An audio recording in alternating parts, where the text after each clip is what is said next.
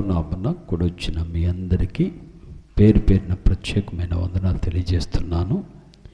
ఈ యొక్క ఉదయకాల సమయంలో ఒక చిన్న మాటను చదువుకొని దేవుని యొక్క వాక్యంలోకి వెళదాం. పరిశుద్ధ గ్రంథంలో కొలసీలకు రాసిన పత్రిక, అపోస్తలుడైన పౌలు కొలసీలకు రాసిన పత్రిక 2వ అధ్యాయము 7వ వచనం చదువుతున్నాను. జాగ్రత్తగా ఆలోచించేద్దాం. కావున మీరు ప్రభు అయిన యేసుక్రీస్తును అంగీకరించిన విధముగా ఆయన యందు వేరుపారిన వారై ఇంటి వలె కట్టబడుచు మీరు నేర్చుకున్న ప్రకారముగా విశ్వాసమందు స్థిరపరచబడుచు కృతజ్ఞత చెల్లించుట యందు విస్తరించుచు ఆయన యందుండి నడుచుకొనుడి. చిన్న ప్రార్థన చేసుకుందాం. పరిశుద్ధుడు అయిన తండ్రి, మాతో మాట్లాడే దేవుడవు, ఈరోజున ఉదయకాల సమయంలో మాకు నేర్పిస్తున్న మాట విశ్వాసం నందు స్థిరపరచబడాలని ఆశపడుతున్నాం, బలపరచబడాలని ఆశపడుతున్నాం, విశ్వాసంలో నిలకడగా ఉండాలని ఆశపడుతున్నాం,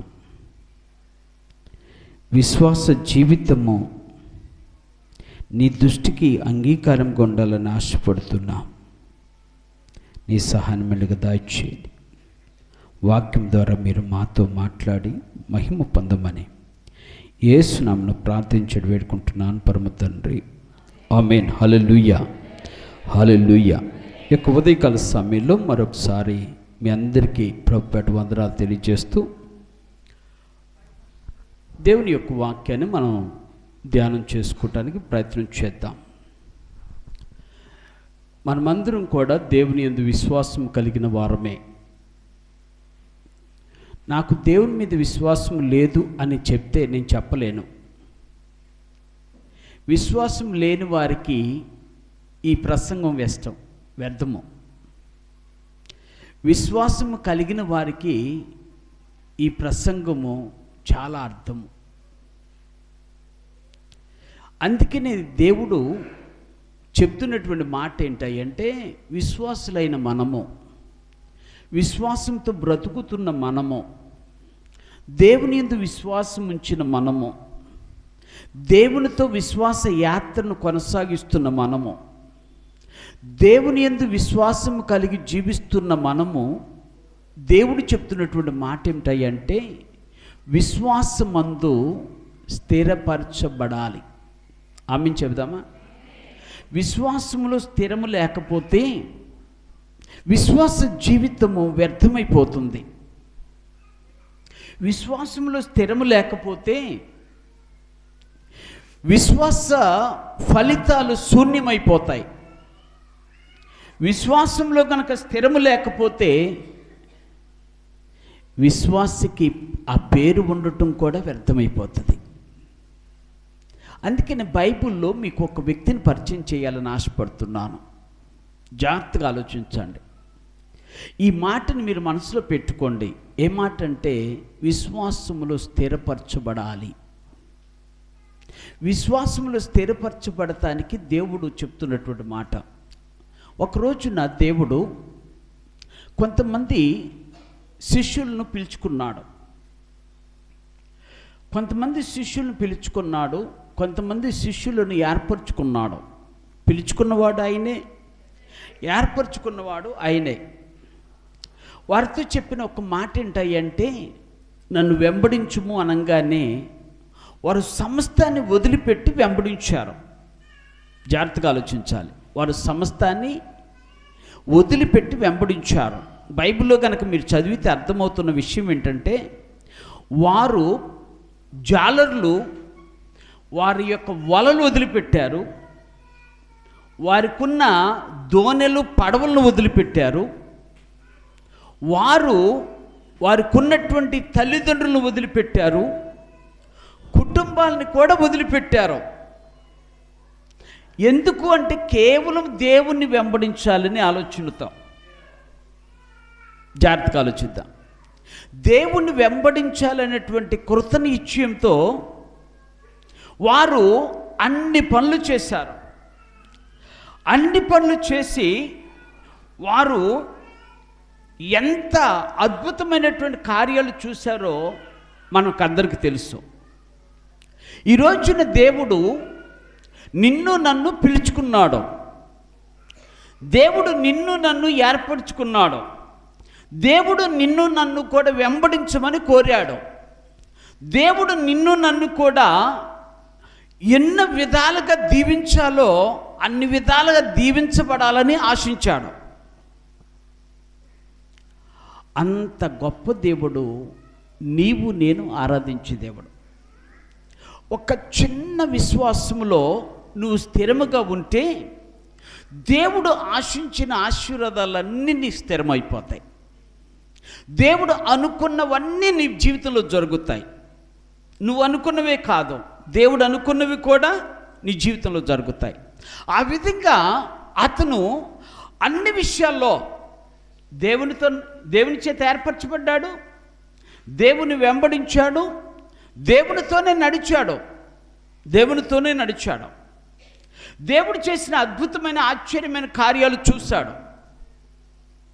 దేవుని యొక్క ప్రతి మాటకు ప్రధాన సాక్షిగా ఉన్నాడు.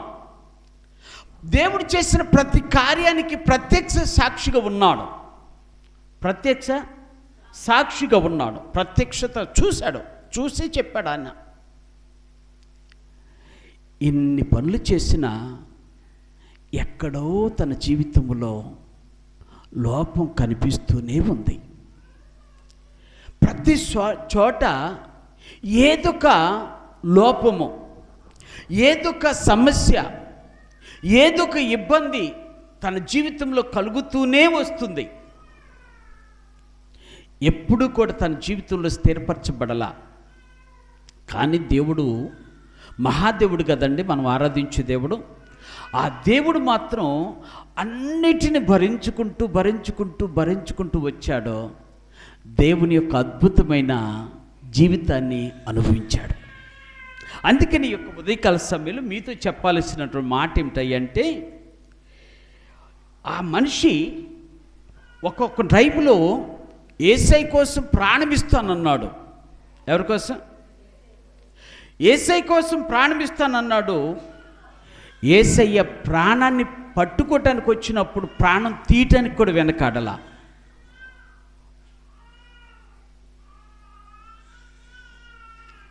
దేనికి వెనకాడలా? ప్రాణం తీయటానికి కూడా వెనకాడలా. యేసయ్యని పట్టుకోగానే ఆ సైనికుడి యొక్క తలను నరికేద్దాం అనుకున్నాడు. చివరికి ఆ తల మీద పడాల్సినటువంటి కత్తి చెవి మీద పడిపోయింది. అంటే అంత కోపోద్రేకుడు, అంత ఉగ్రరూపుడు, ఆయన యొక్క ప్రజలను, ఆయన యొక్క గురువును గనక ఏదన్నా అంటే సహించలేనంత కోపిష్టిగా ఉన్నాడు. కానీ విషయం ఏంటంటే ఆయన రెల్లుగానే తన జీవితాన్ని కొనసాగించాడు. ఏ విధంగా? రెల్లు తెలుసు కదా మీకు. రెల్లు ఎటు పడితే అటు వంగిపోద్ది. గాలి కనుక ఎటు వస్తే అటు వంగిపోద్ది. కాదంటారా? ఉన్నట్రా? ఎటు పరిస్థితులు ఎటు అనుకూలంగా ఉంటే అటు మారిపోతాయి. ఇన్ని కార్యాలు చూసినటువంటి ఆయన చివరి క్షణంలో యేసయ్యకు దూరంగా బ్రతికాడు. యేసయ్య కల్వరి సిలువలో ప్రాణం పెడతానికి పట్టుకున్నప్పుడు ఆయనకు దూరంగా నిలిచాడు. సరే కదా, ఎందుకు నువ్వు దూరంగా నిలుస్తావు? రా, నేను నిన్ను లోపలికి తీసుకెళ్తానని ఆ ఒక స్నేహితుడు ఆయన లోపలికి తీసుకెళ్తే ఆ లోపల చలి కాసుకుంటున్నటువంటి వారందరితో కూర్చొని మాట్లాడుతుంటే, నువ్వు ఆయనతో ఉన్నావు కదా అన్నాడు. అంటే సారీ, ఆయన ఎవరో నేను ఎరుగును. అసలు ఆయనకి నా సంబంధమే లేదు. ఎవరితను అంటే సీమోను పేతురు. జాగ్రత్తగా ఆలోచించాలి. సీమోను అనే మాటకు అర్థం ఏమిటంటే, వాస్తవానికైతే హెబ్రీ భాషలో సీమోను అంటే అర్థం ఏమిటంటే వినేవాడు అని అర్థము. నిజమే, దేవుడు చెప్పింది చెప్పినట్టుగానే విన్నాడు. దేవుడు మంచివాడే.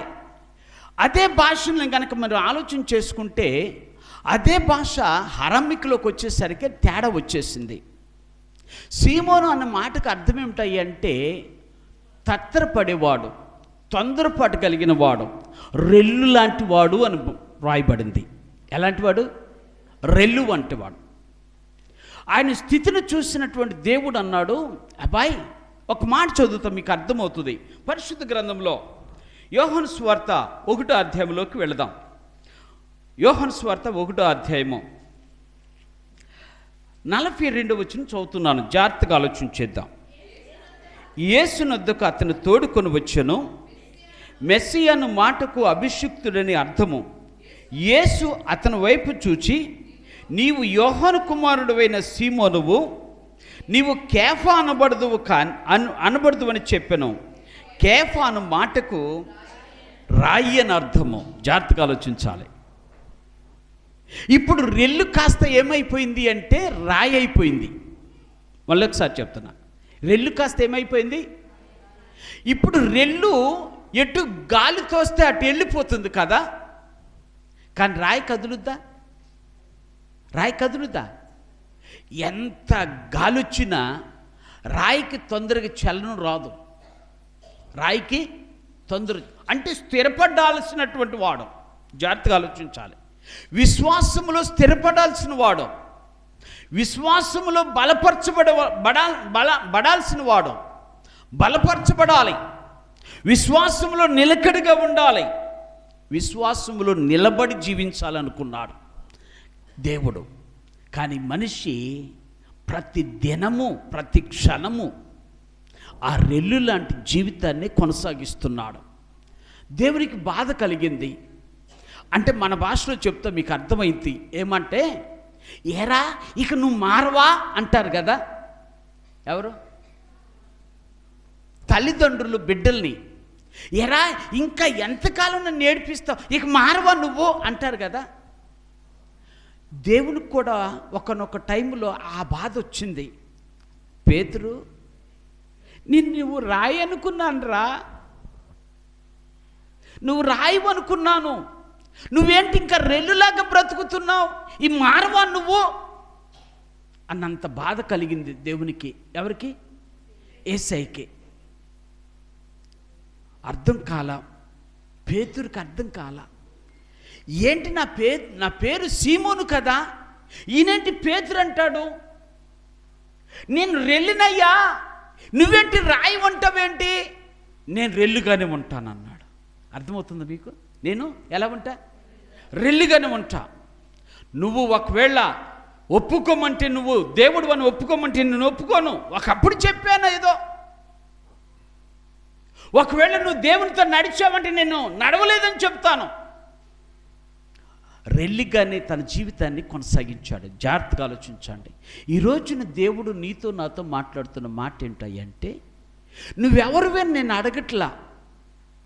ఒకవేళ నువ్వు రెల్లివైతే, అటు ఇటు కదిలిపోతుంటే, విశ్వాస జీవితంలో తొణికిసలాడుతూ ఉంటే, విశ్వాస జీవితంలో స్థిరం లేకుండా బ్రతుకుతుంటే, అస్థిరుడిగా ఉంటూ ఉంటే, ఈరోజున దేవుడు నీతో మాట్లాడుతున్న మాట ఏమిటంటే, ఎప్పటికన్నా స్థిరమయ్యావా దేవుని మహిమను చూస్తావు, దేవుని కార్యాలు చూస్తావు, దేవుని యొక్క అద్భుతమైనటువంటి శక్తిని నువ్వు చూస్తావు, దేవునిలో స్థిరపడతావు, దేవుని యొక్క రాజ్యములో నువ్వు స్థిరపడతావు.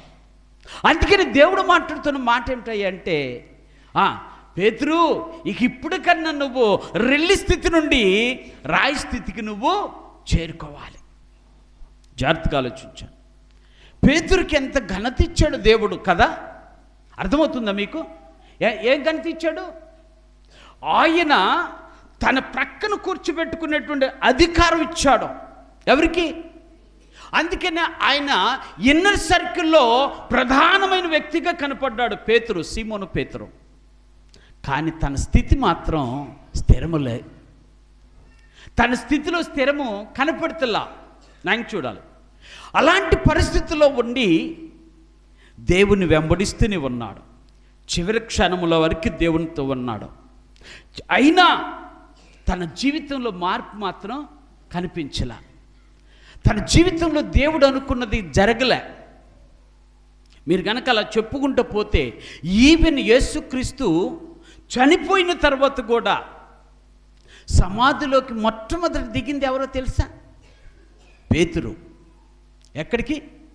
సమాధిలోకి దిగి, అమ్మా ఇక్కడ వస్త్రాలే ఉన్నాయి కానీ యేసయ్యా ఎవరో ఎత్తుకుపోయారు అని చెప్పినటువంటి వ్యక్తి యేసుక్రీస్తు చనిపోయి తిరిగి లేచినా కూడా యేసును వెంబడించల. ఒక మాట చెప్తాను, మీరు జాగ్రత్తగా ఆలోచించండి. అక్కడ అంటాడు, భక్తుడైనటువంటి యోహాను గారు ఈ విషయాన్ని చెప్తూ అంటాడు. ఒకసారి ఆ వచనాన్ని కూడా మీకు చదివి వినిపిస్తాను. 21వ అధ్యాయము 3వ వచనం, 2వ వచనం చివరి భాగం చదువుతున్నా. 2వ వచనం చివరి భాగం. ఆయన శిష్యులలో మరి ఇద్దరును కూడియుండిరి. సీమోను పేతురు, నేను చేపలు పట్టబోదునని వారితో అనగా వారు మేమును నీతో కూడా వచ్చేదమనిరి. వారు వెళ్ళి దోణి ఎక్కిరి. ఆ రాత్రి ఏమీ పట్టలేదు. జాగ్రత్తగా ఆలోచిద్దాం. ఎవరితను? యేసును వెంబడించినవాడు. ఎవరితను?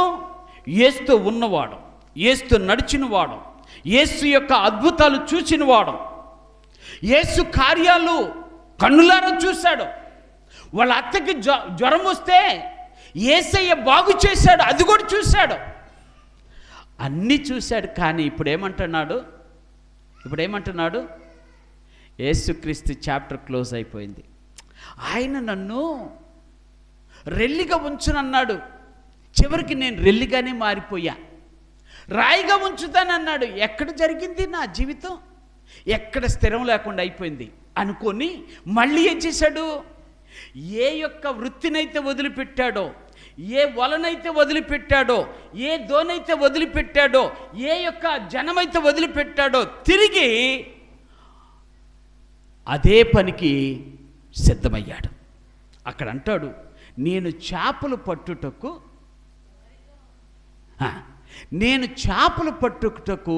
వెళుతున్నా, పట్టటానికి వెళుతున్నాను అన్నాడు. ఎక్కడికి? దేవుడు పిలిచింది ఎప్పుడు? దేవుడు పిలిచేమన్నాడు?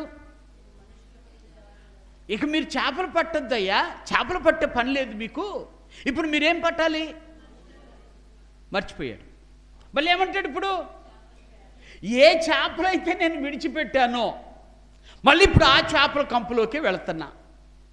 మనుషులు పట్టాలని అనుకున్నాను, కానీ దేవుడు అనుకున్నది నేను చేయలే. ఎందుకు? నా విశ్వాసం స్థిరమైనదిగా లేదు, నా బ్రతుకు స్థిరమైనదిగా కనపడలే. అందుకని నేను వెనకటి దాన్నే ఎంచుకున్నా, వెనకటి వృత్తినే ఎంచుకున్న దానికే నేను ప్రయాసపడి వెళుతున్నా అన్నాడు.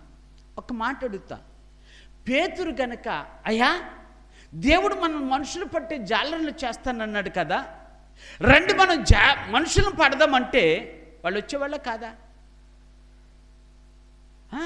పేతురు అంటే అంత గౌరవం, అర్థమవుతుందా? అస్థిరుడే, కానీ దేవుడు ఆయన్ని రాయిగా చేస్తానన్న మాటను దృష్టిలో పెట్టుకొని ఈ అస్థిరుడైనటువంటి ఈ పేతురు ఏది చెప్పినా వాళ్ళు వినేవాళ్ళు కదా, ఏది చెప్పినా వింటారు. ఈరోజు చెప్తున్నా జాగ్రత్తగా, మనం కూడా అంతే. మనం ఎప్పుడైతే మన జీవితాన్ని సరిచేసుకొని స్థిరపరచుకుంటామో అప్పుడు ఏది చెప్పినా వినపడుతుంది, ఏది చెప్పినా వినపడుతుంది, ఏది చెప్పినా చేయటానికి సిద్ధపడుతుంది. ఏ జీవితమైనా ఎవరైనా సరే. ఎంత గొప్ప దేవుడో, ఎంత గొప్ప దేవుడో. స్థిరపడాలనుకున్నాడు దేవుడు, కానీ ఈయనేమనుకున్నాడు? చంచల మనస్సుకున్నాయి, త్రావ తప్పి దూరంగా బ్రతుకుతూ ఏదైతే విడిచిపెట్టానో దాన్ని నేను వెంబడించాలనుకున్నాడా లేదా? ఇప్పుడు దేవుడు మనం జాగ్రత్తగా ఆలోచిద్దాం. ఇప్పుడు మన పరిస్థితి అంతే. ఆల్మోస్ట్ మనము దేవుని చేత ఏర్పరచబడిన వారమే, మనము దేవుని వెంబడించాలని ఆశించిన వారమే, మనము దేవుని కార్యాలు చూసిన వారమే, మనము కూడా దేవుని సన్నిధిలో నిలబడుతున్న వారమే. కానీ మనకి ఇంకేమి రాలే. దేవుడు ఎంత బాధపడి ఉంటాడో కదా. 3.5 సంవత్సరాలు ప్రత్యక్షతగా మీరన్ని పనులు చూశారు కదా, నేను మాట్లాడిన ప్రతి మాట విన్నారు కదా. ఇంకా ఆయన ఎంత బాధపడతాడో కదా. పేతురు, ఏంటయ్యా నీ బ్రతుకు, ఇంకా అలానే ఉన్నావా, ఇంకా అలానే ఉంటున్నావా అని దేవుడు ఒకవేళ అడిగితే పేతురు దగ్గర సమాధానం లేదు. కారణం ఏంటి? పేతురులో చలనమే తప్ప స్థిరము లేనే లేదు. రెల్లి తప్ప రాయిగా మార్చబడనే పడలేదు. కానీ దేవుడు తను చూస్తున్నాడు. ఈ మాట మర్చిపోవద్దు. దేవుడు తనని చూస్తున్నాడు. ఆయన అనుకున్నది ఏదైనా చేస్తాడు.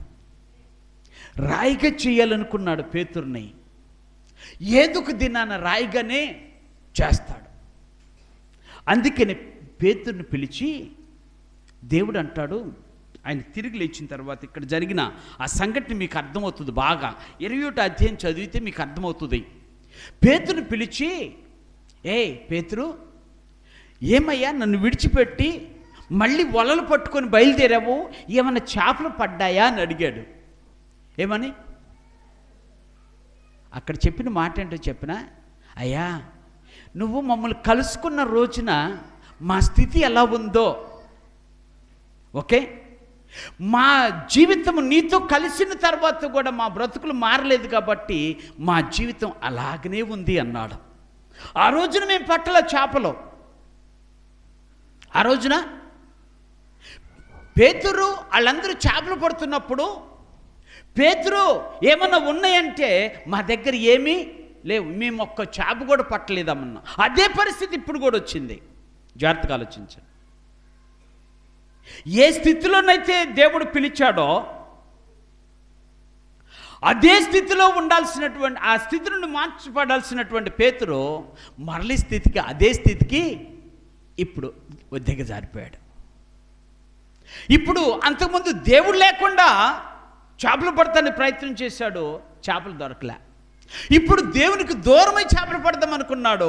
ఇప్పుడు ఇది మాత్రం నగ్గని సత్యం. నువ్వు అనుకుంటున్నావేమో దేవునికి దూరమై నేను బ్రతుకుతాను అనుకుంటున్నావేమో, దేవునికి దూరమై నేను ఏదో ఒకటి సాధిస్తాను అనుకుంటున్నావేమో, దేవుని మాట వినకుండా నీ జీవితంలో ఏదో ఒకటి నేను పొందుకుంటున్నాను అనుకుంటున్నావేమో. దేవుడు చెప్తున్న మాట ఏంటి చెప్పనా? It is impossible in your life. ఇది అసాధ్యము, అసాధ్యము. దేవుడు లేనప్పుడు నువ్వు జీవితం ఎలా ఉందో, దేవుణ్ణి విడిచిపెట్టిన తర్వాత కూడా నీ జీవితము అలాగే ఉందని పేతురు చెప్పినట్టుగానే దేవుడు మనకు చెప్తున్నాడు. పేతురు చెప్పాడు, నన్ను చేరుకోకముందు నీ జీవితం ఎలా ఉందో, ఇప్పుడు నన్ను దూరం చేసుకున్న తర్వాత, అనగా నువ్వు స్థిరంగా లేకుండా బ్రతుకుతున్నటువంటి ఆ జీవితం కూడా అలాగనే శూన్యముగా అయిపోయింది. అందుకనే దేవుడు మాట్లాడుతున్నాడు. దేవుడు అన్నాడు, పేతురు వలవేయ్యాయా అన్నాడు. వలవేశాడు, చేపలు పట్టాడు. కానీ పేతురుకి అర్థమైపోయింది ఆయన ఎవరు అంటే ప్రభువుని గ్రహించుకున్నాడు, పాతాళానికి దిగిపోయాడు. ప్రభువుని గ్రహించుకున్నాడు, పాతాళానికి దిగిపోయాడు. పేతురుని పిలిచాడు, దోణి ఎక్కించుకున్నాడు. బయటకు వచ్చిన తర్వాత దేవుడు పేతురుతో మాట్లాడుతున్న 3 మాటలు నేను త్వరగా చెప్పి ముగించడానికి ప్రయత్నం చేస్తా. మొదటి మాట బైబిల్లో చెప్పినటువంటి ఒక చిన్న ప్రశ్న ఏమంటాడో ఒకసారి చూద్దాం. అది 15వ వచనం, 21వ అధ్యాయం 15వ వచనం. వారు భోజనం చేసిన తర్వాత యేసు సీమోను పేతురును చూసి, యోహాను కుమారుడైన సీమోను, వీరికంటే నీవు నన్ను ఎక్కువగా ప్రేమించుచున్నావా అన్నాడు. దేవుని స్తోత్రాలు. జాగ్రత్తగా ఆలోచించాలి. A wonderful question it is. దేవుడు హృదయాంతరంగాల నుండి జవాబు కోరుకుంటున్నాడు. పేతురు యొక్క స్థితిని మార్చాలని ఆలోచించిన దేవుడు అడుగుతున్న ప్రశ్న ఏంటంటే, ఇక్కడ ఒక మాట మీ జాగ్రత్తగా, అంటే తల్లులు ఉన్నారు, భార్యలు ఉన్నారు, భర్తలు ఉన్నారు. ఇక్కడ ఒక చిన్న ఏమంటానంటే చిన్న సజెషన్ చెప్తా మీకు. మీరందరూ కూడా మీ భర్తల్ని అంటే మళ్ళీ తప్పుగా చెంగు కట్టుకోవాలని ఆలోచన చేయట్లేదులే, కానీ నీ భర్త నీ మాట వినాలని కోరుకుంటున్నావా? కోరుకున్న వాళ్ళు ఎవరన్నా ఉన్నారా?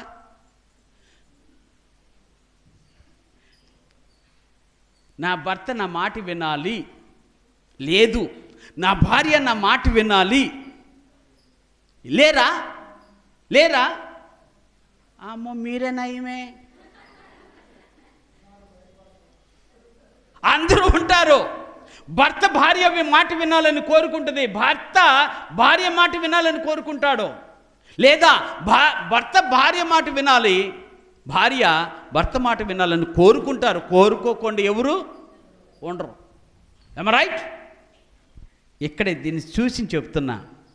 యేసుక్రీస్తు చేపలు పట్టగానే పిలిచి మాట అనలే. యేసుక్రీస్తు అక్కడ ఆ యొక్క రొట్టెను చేపలు ఆ ఒడ్డు మీద ఉన్నప్పుడు వాటిని చూసి అనలా. ఎప్పుడన్నాడు తెలుసా? బైబిల్ చెప్పిన మాట, భోజనం చేసిన తరువాత. అందుకని చెప్తున్నా, భోజనం చేసే ముందు గనక యాయా ఏంటి మరి పలానా సంగతి అన్నవనుకో,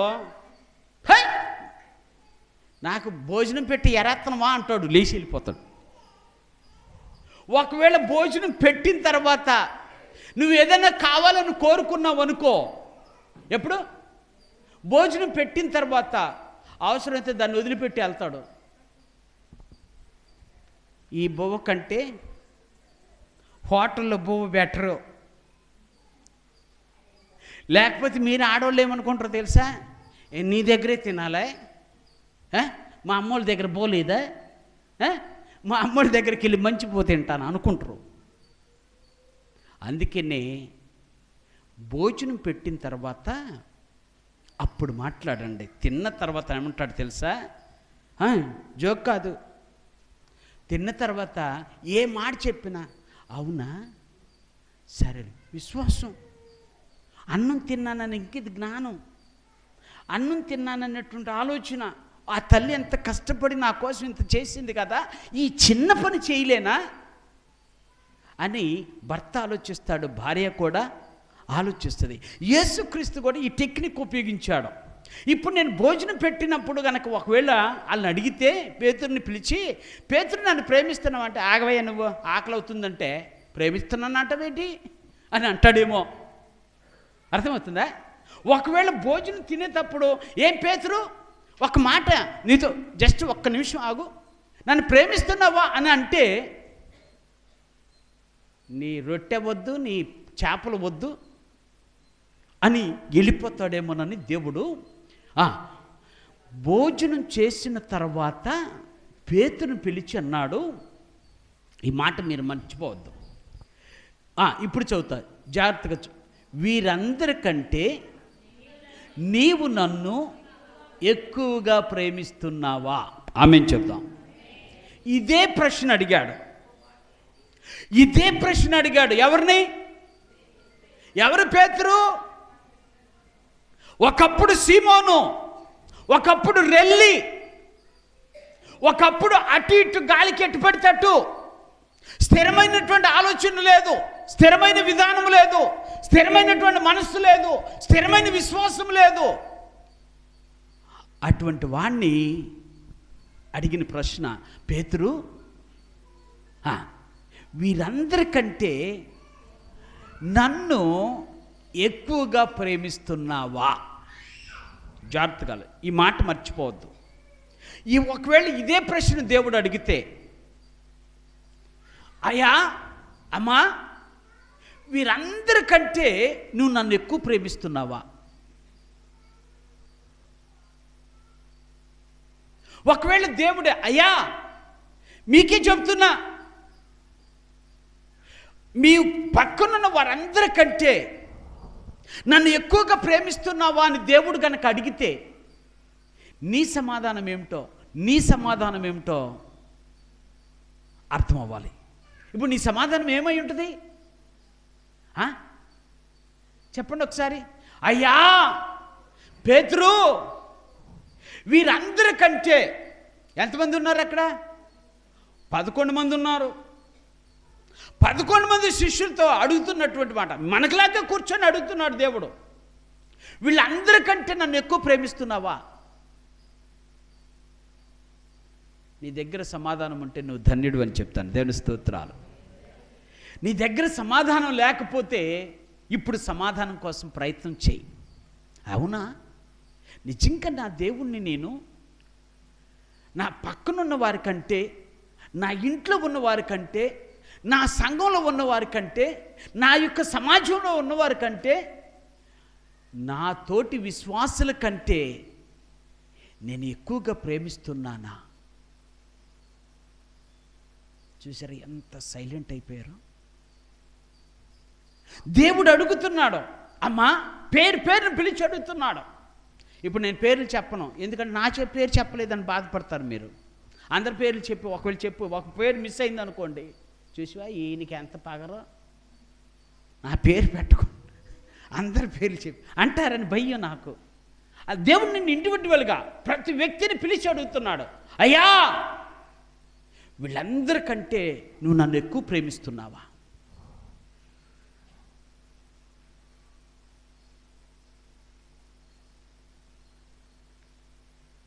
ఒకవేళ నువ్వు దేవుణ్ణి ఎక్కువగా ప్రేమిస్తే నువ్వు ధన్యుడవు, నువ్వు దీవించబడతావు, నువ్వు స్థిరపరచబడతావు, నువ్వు ఆశీర్వదించబడతావు, నీ జీవితంలో అద్భుత కార్యాలు చూడగలుగుతావు.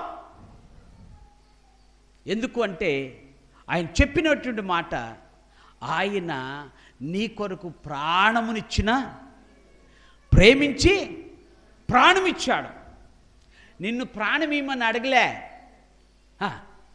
నిన్ను ప్రేమించమనే అడిగాడు. దేవుని స్తోత్రాలు.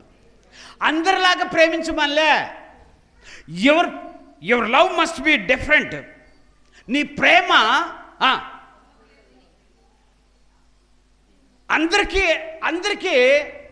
అందరికీలాగా ఉండకూడదు. నీ ప్రేమ కొంచెమన్నా భిన్నముగా ఉండాలి. నీ ప్రేమ కొంచెమన్నా భిన్నముగా ఉండాలి. నీ ప్రేమ కొంచెమన్నా అందరితో పోల్చుకుంటే నీ ప్రేమ కొంచెమన్నా తేడాగా ఉండాలి.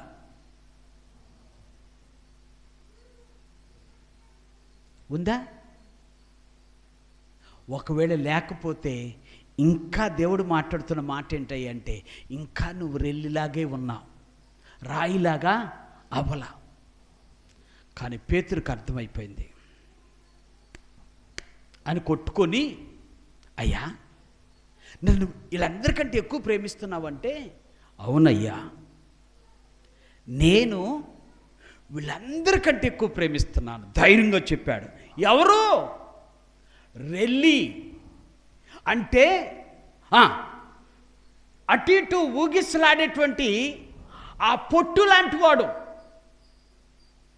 గాలికి ఎగిరిపోయే పొట్టు లాంటి వాడు, గాలికి అటు ఇటు తిరిగేటువంటి రెల్లి లాంటి వాడు. ఇప్పుడు ఏమంటాడు? నిన్ను ప్రేమిస్తున్నా. నిన్ను మాట చదవండి, ఎంత అద్భుతంగా మాట్లాడతాడో, ఎంత ధైర్యంగా మాట్లాడతాడో. అతడు అవును ప్రభువా, నేను ప్రేమించుచున్నానని. దేవా నీ దగ్గర దాచడానికి ఏమి లేదు. నేను నిన్ను ప్రేమిస్తున్నానో లేదో నీకే బాగా తెలుసు. ఈ రోజున సవాళ్ళు ఇసురు చెప్పాడండి. ఒక మాటలో చెప్పాలంటే అర్థమవుతుందా? నేను నీ దగ్గర బొంకట్లా, ఇదివరకు బొంకా, నీకోసం అది చేస్తా, నీకోసం ఇది చేస్తా, నేను ఎన్నెన్ని చేస్తా, అది ఇదన్నా. కానీ ఇప్పుడు నాకు అర్థమైపోతుంది, నా హృదయం మారిపోతుంది, నాలో చైతన్యం కలుగుతుంది, నాలో దేవుని మాటలు వినబడుతున్నాయి, నా చేసిన తప్పిదాలన్నీ నాకు కనబడుతున్నాయి. నేను ఒప్పుకోవాల్సి వచ్చింది. నేను ఒప్పుకున్నా. ఇప్పుడు అంటున్నా, అయ్యా నన్ను అడిగేవగ ఈ ప్రశ్న, అది మాత్రం నీకే తెలుసు, నీకు తెలుసు. వెంటనే దేవుడేమన్నాను తెలుసా? అయితే ఏంటినాట? గొర్రె పిల్లలను మొదటిసారి అడిగినప్పుడు నా గొర్రె పిల్లల్ని, మొదటి మాట మీరు మర్చిపోవద్దు, నిన్ను ప్రేమిస్తున్నా, అయితే నా గొర్రె పిల్లలు మేపు. పిల్లలు, చంటి బిడ్డలు ఉన్నారు, చిన్నవి ఉన్నాయి. గొర్రె పిల్లలు అంటే దాని అర్థం అదని.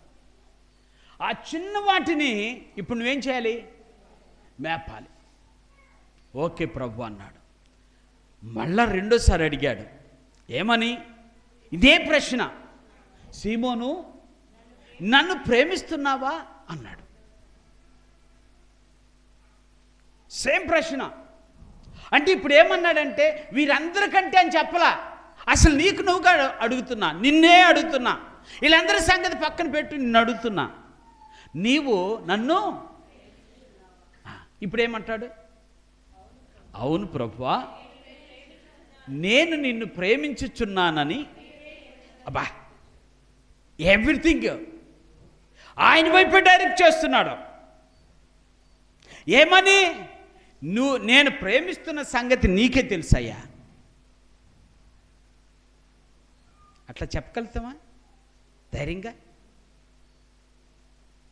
చెప్పగలుగుతామా? దేవుడు నిన్ను ప్రేమిస్తున్నావా అని నిన్ను అడిగినప్పుడు నువ్వు ధైర్యంగా అవును ప్రభువా, నీకు తెలుసుగా నేను ఎలా ప్రేమిస్తున్నాను అని చెప్పగలుగుతా? చెప్పకపోతే నీలో స్థిరత్వము లేదు, విశ్వాసములో నిలకడ లేదు. విశ్వాస జీవితం ఏమవుతుంది? అటు ఇటు ఊగిసలాడుతుంది. దేవుడు కోరుకున్నది, ఆయన నిన్ను స్థిరపరచాలని చూస్తుంటే నువ్వేం చేస్తున్నావు? తడబడుతున్నావు, చెదిరిపోతున్నావు, దూరం అవుతున్నావు. దేవుని దృష్టికి నువ్వేమైపోతున్నావు అంటే దేవుని ప్రేమించలేని వాడిగా ఉండిపోతున్నావు, ప్రేమించలేని దానిగా ఉండిపోతున్నావు. దేవుడు అడిగాడు, పేతురు నువ్వు నన్ను ప్రేమిస్తున్నావంటే, అవును ప్రభు నీకే బాగా తెలియను, అయితే నా గొర్రెలను కాయము. జాగ్రత్తగా ఆలోచించాను. మొదటిది మేపు, రెండవది కాయము. మళ్ళీ మూడో ప్రశ్న అడిగాడు. మూడోసారి కూడా ఇదే ప్రశ్న. అది కనుక మనం కనుక 3 సార్లు కనుక ఇదే ఒకే ప్రశ్న ఇస్తే మనకేమొస్తుంది? అవునా, మంచులు బలి ఒప్పుకుంటారు. మూడోసారి ఓయ్ అసలు నేను ప్రేమించలే పో, అసలు నీకు నాకు సంబంధం లేదులే. ఎన్నిసార్లు అడుగుతావా? చెప్పాగా. 2 సార్లు అడిగితే చెప్పానా? మొదటిసారి అడిగినప్పుడు చెప్పా, రెండోసారి అడిగినప్పుడు చెప్పా, మూడోసారి కూడా అడుగుతావేంటి అని చెప్పి మీరు అన్నట్టుగానే కోపం పడతారు. అర్థమవుతుందా? మీరు అన్నట్టుగానే కోపపడతారు. కానీ పేతురులో దుడుకు పేతురు చనిపోయాడు, సీమోను చనిపోయాడు, స్థిరం లేనివాడు చనిపోయాడు. ఈ కోపం లేదు ఆయనకి. కత్తి దూసేవాడు సరే, ఇప్పుడు చనిపోయాడు.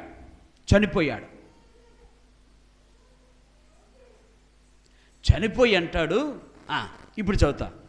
అప్పుడు మూడవసారి తనను అడిగినందుకు పేతురు వ్యసనపడి, ప్రభువా నీవు సమస్తమును ఎరిగిన వాడవు, నిన్ను ప్రేమించుచున్నానని నీవే ఎరుగుదు అని ఆయనతో చెప్పాను. ఈ మాట వ్యసనపడి అని మాట ఉంది. ఇంగ్లీషు వర్షన్లో ఏమని ఉంటుందంటే హీ క్రైడ్ ఎ లాట్ అని ఉంటుంది. దుఃఖాక్రాంతుడై వేదన పడి ఏడ్చి, అయ్యా నీకు తెలియంది ఏముంది చెప్పు, నీకు తెలియంది ఏముంది చెప్పు, నేను ప్రేమిస్తున్నానో లేదో నీకు బాగా తెలుసు. దేవుని స్తోత్రాలు. అర్థమవుతుందా మీకు? ఎంత గొప్పగా దేవుని ఎదుటి నిలబడ్డాడు. ఎవరి మనిషి? రెల్లి లాంటి వాడు. ఇప్పుడు ఏమైపోయాడు? మాట మారలే. మీరు చూడండి, 3 మాటల్లో కూడా 3 సార్లు అడిగినా కూడా సమాధానం మాత్రం ఒక్కటే. నువ్వెరుగుదువో నేను ప్రేమిస్తున్నానని, నువ్వెరుగుదువో నేను ప్రేమిస్తున్నానని, నువ్వెరుగుదువో, నువ్వు బాగా ఎరుగుదువో నేను నిన్ను ప్రేమిస్తున్నానని. ఎక్కడన్నా మాట మార్చాడా? ఎక్కడన్నా కోప్పడ్డా? ఎక్కడన్నా బాధపడ్డా? ఎక్కడ బాధపడలా, వేదన పడ్డాడు. అయ్యో నాలో ఇంకేమన్నా ఉందేమో, నేను దేవునికి అయిష్టమైనది నాలో ఇంకేమన్నా ఉందేమో, దేవునికి ఇష్టం కాదు నాలో ఇంకేమన్నా ఉందేమో, నాలో ఇంకా స్థిరం లేనటువంటి జీవితం ఉందేమో అని వేదన పడ్డాడు. కానీ దేవుని యొక్క అద్భుతమైన రీతిలో పేతురు మార్చబడ్డాడు. ఆమెను చెప్దాం. పేతురు ఇప్పుడు ఏమయ్యాడు? సీమోను కొన్నవాడు కేఫాగా మార్చబడ్డాడు. సీమోను జీవితం కలిగిన వాడు పేతురు జీవితంలోకి వచ్చాడు. మళ్ళీ ఇదేంటి సార్ కేఫా అని ఉంటే మళ్ళీ మీరు పేతురు అంటున్నారు ఏంటి అంటారేమో. ఓకే, కేఫా అనేది అరామిక్ వర్డ్. అరామీ భాషలో కేఫా అంటే రాయి అని అర్థం. దాన్ని గ్రీకులోకి వచ్చేసరికి పత్రోస్ అని ఉంది, దాన్ని పేతురు అన్నారు. అది గ్రీకు భాష తేడా తప్ప అర్థం మాత్రం ఒకటే, భాష వేరు. ఏలీ లామా సబక్తామి అని ఉందో చూసారా, దాని భాష వేరు కానీ అర్థం మాత్రం మారలా. అలాగే పేతురు కేఫా అన్నా పేతురే, రాయి అన్నా పేతురే, పేతురన్నా రాయే, మాట అర్థం మారలే. తన జీవితంలో ఒక గొప్ప వ్యత్యాసం చూశాడు.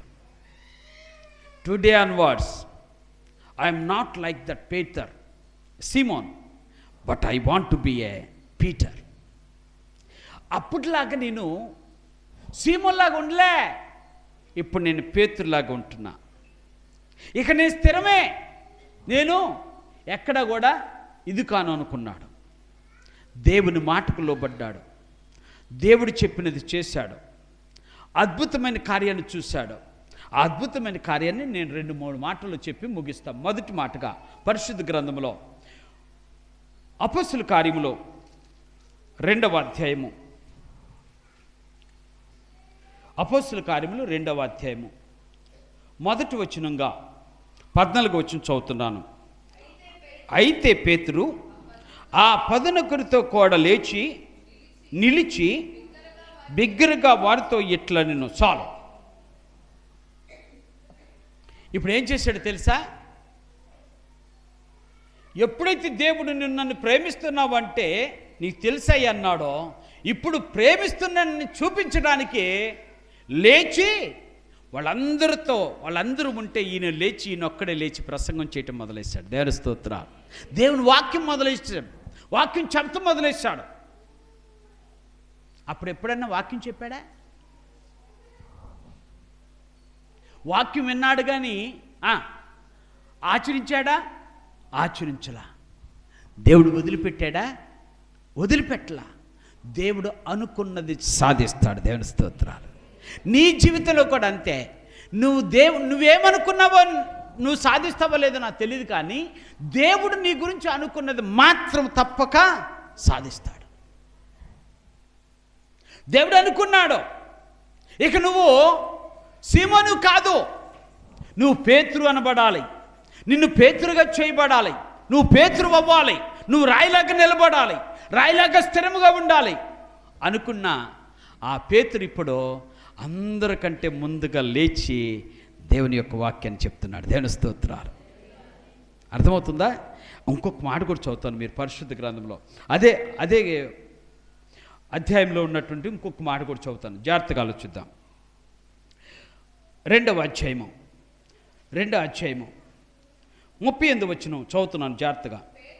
పేతురు, మీరు మారు మనసు పొంది పాప క్షమాపణ నిమిత్తము ప్రతివాడు యేసుక్రీస్తు నామములో బాప్తిసం పొందుడి. ఇంకొక మాట 40 వచనం, ఇంకను అనేక విధములైన మాటలతో సాక్ష్యం ఇచ్చి మీరు మూర్ఖులకు ఈ తరము వారికి వేరై రక్షణ పొందుడని వారిని హెచ్చరించను. ఈ మాట కొంచెం ఘాటుగా ఉంది. అర్థమవుతుందా? ఏ మాట? మనకి మారు మనసు పొందండి అంటే అసలు మనకి పెద్ద దాని గురించి పెద్ద అవగాహన ఏముండదు. మారు మనసు పొందడం అన్నాడు అంతే, మారుదాం, మారు మనసు పొందాం అనుకుంటాడు. కానీ దేవుడు మాట్లాడుతున్న మాట ఏంటంటే, మూర్ఖులకు ఈ తరము వారికి ఇది చాలా కష్టం. కింద పుట్టినోట్లు ఏమని ఇచ్చాడంటే, వంకర కలిగిన ఈ మనుషులకు దూరంగా బ్రతకండి అన్నాడు. ఏ కలిగి అంటే ఏంటి అంటే ఎవరోళ్ళు? రెల్లి, అటు ఇటు ఊగుతున్న రెల్లి లాంటి వాళ్ళం, అటు ఇటు ఊగుతున్న రెల్లి లాంటి వాళ్ళం. ఇప్పుడు వాళ్ళు ఉన్నారు, వంకర తావులు ఉన్నాయి, వంకరగా బ్రతుకుతున్నారు. వారికి నువ్వు వేరైతే నువ్వు మారు మనసు పొందావన్న దానికి గుర్తవుతుంది. దేవుని స్తోత్రాలు. జాగ్రత్తగా ఆలోచించు. అంత గొప్ప సాక్ష్యంగా దేవుని కొరకు నిలబడ్డాడు. ఎవరు? ఇంకొక మాట కూడా చదువుతాను మీ పరిశుద్ధ గ్రంథంలో 4వ అధ్యాయంలోకి వెళదాం. ఒకసారి వచ్చినాను కూడా మీకు చదివి వినిపిస్తా. 4వ అధ్యాయము అపోస్తుల కార్యములు 4వ అధ్యాయంలో ఒక మాట మీకు చదివి వినిపిస్తాను. 4వ అధ్యాయము 19వ వచనం. అందుకు పేతురును యోహానును వారిని చూసి, దేవుడు మాట వినుట కంటే మీ మాట వినుట దేవుని దృష్టికి న్యాయమా? మీరే చెప్పుడి. ఓకే, 4వ అధ్యాయం 13వ వచనం కూడా చదువుతున్నాం. వారు పేతురు యోహానుల ధైర్యమును చూసినప్పుడు వారు విద్య లేని పామురులను గ్రహించి ఆశ్చర్యపడి వారు యేసుతో కూడా ఉండిన వారని గుర్తిరిగిరి. అంతకుముందు పేతురే అన్నాడు, నువ్వు యేసుతో ఉన్నావా? ఒకటే, అసలు ఆయన ఎవరో నాకు తెలియదు. ఇప్పుడు ఏమంటాడు? ధైర్యంగా నిలబడ్డాడు. అక్కడేమో వాక్యం చెప్పాడు. యెరూషలేము సంఘం ఒక్క రోజున 3,000 మంది బాప్తిసం తీసుకున్నారు. తర్వాత ఇప్పుడు అంటాడు, సంఘం విస్తరిస్తుంటే పేతురు ఇంకా ధైర్యంగా నిలబడ్డాడు, దేవుని పక్షాన్ని నిలబడ్డాడు, సాక్ష్యం ఇస్తున్నాడు. అక్కడున్న వారందరూ ఈయన పేతురు ఎవరో కాదండి, యేసుక్రీస్తుతో ఉన్నవాడే అని గుర్తించారు. యేసుక్రీస్తు అంటే మన భాషలో చెప్పాలని ఈయన ప్రభు నమ్ముకున్నవాడంటే గుర్తించారు. ఎవరు? అక్కడున్న జనసమూహం. ఆ ధైర్యం ఎక్కడి నుంచి వచ్చింది? ఆ ధైర్యం తీర్మానంలో వచ్చింది. ఆమె చెబుదాం. ఏం తీర్మానం?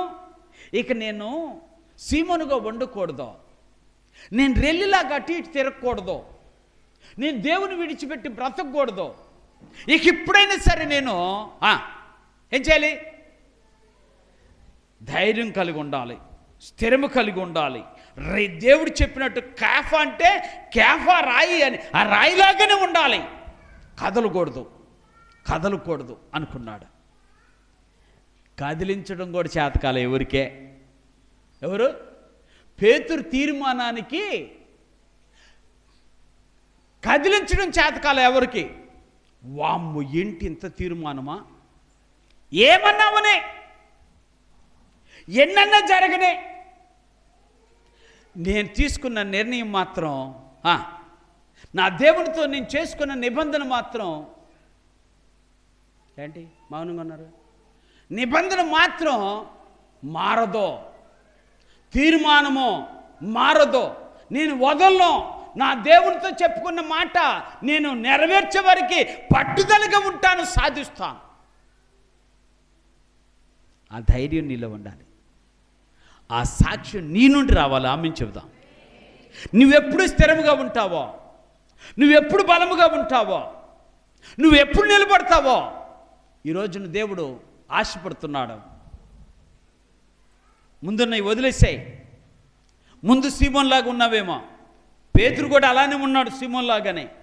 వదిలేయి.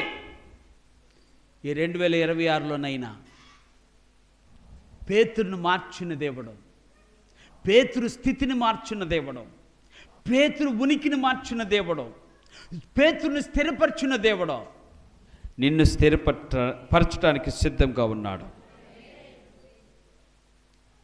అందుకనే పేతురు అన్నిటికీ తెగించేశాడు. అన్నిటికీ తీర్మానం తెగింపుతో ఉండాలి. మరోసారి చెప్తున్నా, తీర్మానము ఎలా ఉండాలి? నిర్ణయం ఎలా ఉండాలి? నిర్ణయం ఎలా ఉండాలి? స్థిరమైనదిగా ఉండాలి. తెగింపు ఎలా ఉండాలి? తీర్మానం తెగింపుతో ఉండాలి. ఏమైనా సరే. ఇప్పుడు చెబుతా మీకు,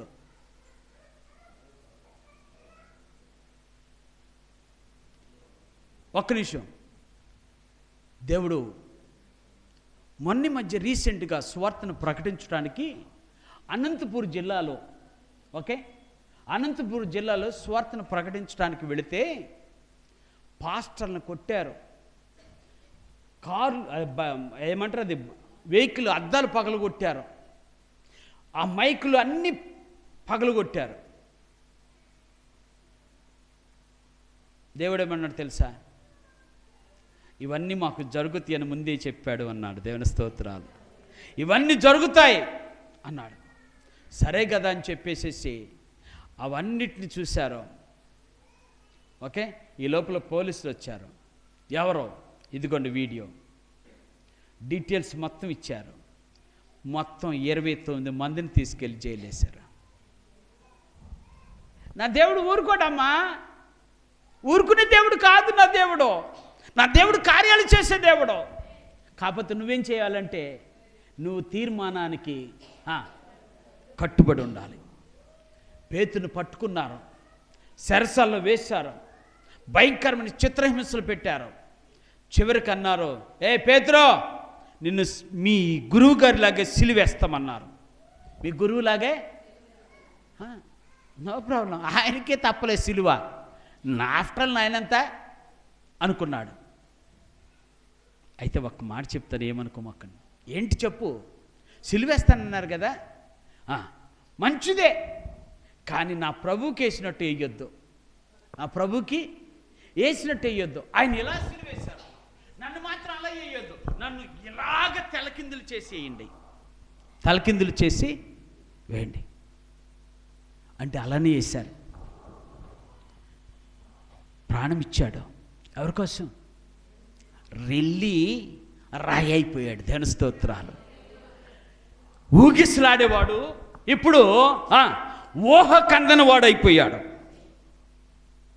తీర్మానంలో బలం ఉంది, తీర్మానంలో శక్తి ఉంది, తీర్మానంలో ధైర్యం ఉంది, తీర్మానంలో దేవుని కృప ఉంది, తీర్మానంలో దేవుని యొక్క సన్నిధి ఉంది. ఆయన అనుకున్నది జరిగించాడు. చచ్చిపోతాను కానీ నా ప్రభుని విడిచిపెట్టనన్నాడు. చావుకైనా తెగించాడు కానీ దేవునికి దూరంగా ఉండటానికి మాత్రము ఒకప్పుడు ఉన్నాడు. ఇప్పుడు అంటున్నాడు, no, that's gone, that's old days, the olden days. అవి పాత జీవితం. ఇప్పుడు కొత్త జీవితంలో అడుగుపెట్టా. Now my life is changed. I can do anything for my Lord. He is my Savior. I never mind the things what happen in my life. I want to do whatever He pleases. ఆయన ఏదైతే ఆనందిస్తాడో దాన్ని చేయటానికి నేను సిద్ధంగా ఉన్నా అన్నాడు. అందుకనే పేతురు మొట్టమొదటి బిషప్ అయ్యాడు. మొట్టమొదటి బిషప్. యెరూషలేములో బిషప్ అని పేరు పెట్టుకున్నది ఎవరు అంటే, పేరు పెట్టింది ఎవరు అంటే పేతురుకే. అంత ఘనత ఇచ్చాడు, అంత ఘనత ఇచ్చాడు. ఈ రోజున ఆ పేతురు నమ్ముకున్న దేవుడే నీవు నేను నమ్ముకున్నాం. తీర్మానంలో గొప్పతనం. అందుకని ఈ యొక్క ఉదయకాల సమయంలో 3 మాటలు ఈ రోజున ఈ ఉదయకాల సమయంలో దేవుని వాక్యానుసారమైనటువంటి విధానంలో 3 మాటలు స్లోగన్గా చెప్దాం. ఓకే, ఆ మొదటి మాట ఓకే, స్థిరపడదాం. చెప్పాలి ఎందరో. బలపడదాం, నిలబడదాం. స్థిరపడదాం, బలపడదాం, నిలబడదాం. నిలబడదాం, బలపడదాం, స్థిరపడదాం. ఇది దేవుని సన్నిధి. ఇప్పుడు నువ్వేం చేయాలి? స్థిరపడితే అక్కడితో ఆగిపోకూడదు, బలపడాలి. బలపడితే అక్కడితో ఆగిపోకూడదు, నిలబడాలి. నిలబడాలి. నిలబడితే, బలపడితే, స్థిరపడితే మళ్ళీ నువ్వు మర్చిపోవద్దు, నీ పక్కనే ఉంటాడు నా యేసయ్య. నీ పక్కనే ఉంటాడు. స్థిరపడుతున్నావు కదా, నీకెందుకు నేనున్నాను. ఏ విషయంలో ఆధారపడద్దు. స్థిరపడు, నీ పక్కనే ఉంటా. నువ్వు బలపడు, నిన్ను పక్కనే ఉంటా. నువ్వు నిలబడు, నీ పక్కన నేనుంటా. ఇంతకంటే శ్రేష్టమైన దేవుడు మరొక లేడు. ఆ దేవుని సన్నిధిలో ఈ యొక్క ఉదయకాల సమయంలో ఇదే ఆలోచన చేద్దాం. స్థిరపడదాం, బలపడదాం, నిలబడదాం. దేవునికి మహిమ మన ద్వారా రావాలి. దేవుడే మన ద్వారా మహింపరచబడాలి. దేవుని యొక్క కృప నిత్యము మనతో ఉండును గాక. దేవుడు మనం స్థిరపరచబడును గాక. దేవుడు మనం బలపరచును గాక. దేవుడే మన జీవితాలలో నిలబడును గాక. అట్టి కృప దేవుడు మనకు దయచేయను గాక. చిన్న ప్రార్థన చేసుకుందాం. పరిశుద్ధుడైన తండ్రి, ఈ ఉదయకాల సమయంలో నాతో మాట్లాడిన శ్రేష్టమైన 3 మాటలను బట్టి స్తుతిస్తున్నాం. అవును ప్రభువా, పేతురు జీవితం ఒకప్పుడు సీమోను లాంటి జీవితమే, స్థిరం లేనటువంటి జీవితమే, నిలబడలేనటువంటి జీవితమే, పారిపోయిన జీవితమే, పరుగులెత్తిన జీవితమే, బలము లేని జీవితం అయ్యా. కానీ సీమోను దేవుని కృపలో పేతురుగా మార్చబడ్డాడు. పేతురుగా మార్చబడ్డాడు. అయ్యా, నన్ను కూడా పేతురుగా మార్చువా, నన్ను కూడా స్థిరపరచువా, నా తీర్మానాలను స్థిరపరచువా, నా తీర్మానాలను బలపరచువా, నేను అనుకున్నది సాధించే వరకు నన్ను నిలబెట్టువా, నీ మహిమ కొరకు నన్ను వాడుకో అని ప్రభు సన్నిధిలో చిన్న ప్రార్థన చేద్దాం. పరిశుద్ధుడైన తండ్రి, మాతో మాట్లాడే శ్రేష్టమైన 3 మాటలు బట్టి స్తుతిస్తున్నాం. నీ సహాయం కొరకు అర్థిస్తున్నాం.